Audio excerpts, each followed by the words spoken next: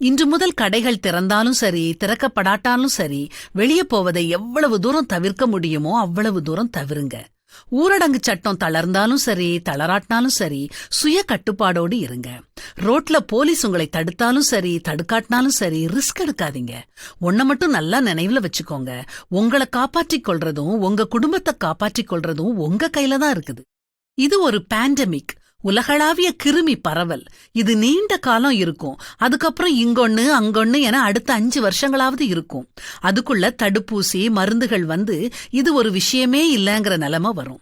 ஆனா அதுவரைக்கும் நாம ஜாக்கிரதையா இருக்கிறது நம்ம கடமை இல்லையா? கடைகள்ல முண்டி அடிக்க வேண்டாம். லிப்ட்ல கூட்டம் இருந்தா படிக்கட்டு வழியா ஏறுங்க.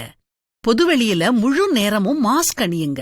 அவசியம் ஏற்பட்டாலொழிய மாஸ்கை கழட்டாதீங்க. வீட்டுல ஆபீஸ்ல எப்போதும் சானிடைசர் உங்க கூட இருக்கட்டும். ஆபீஸ் கடை இதெல்லாம் பக்கத்துல இருந்தா நடந்தே போங்க. Auto, share auto, taxi, bus, train இப்படி பொது போக்குவரத்துல பயணம் செய்யும் போது அதிக கவனத்தோட இருங்க. தியேட்டர், மால், ஹோட்டல், கேளிக்கை இதெல்லாம் கொஞ்ச காலத்துக்கு வேண்டவே வேண்டாம்.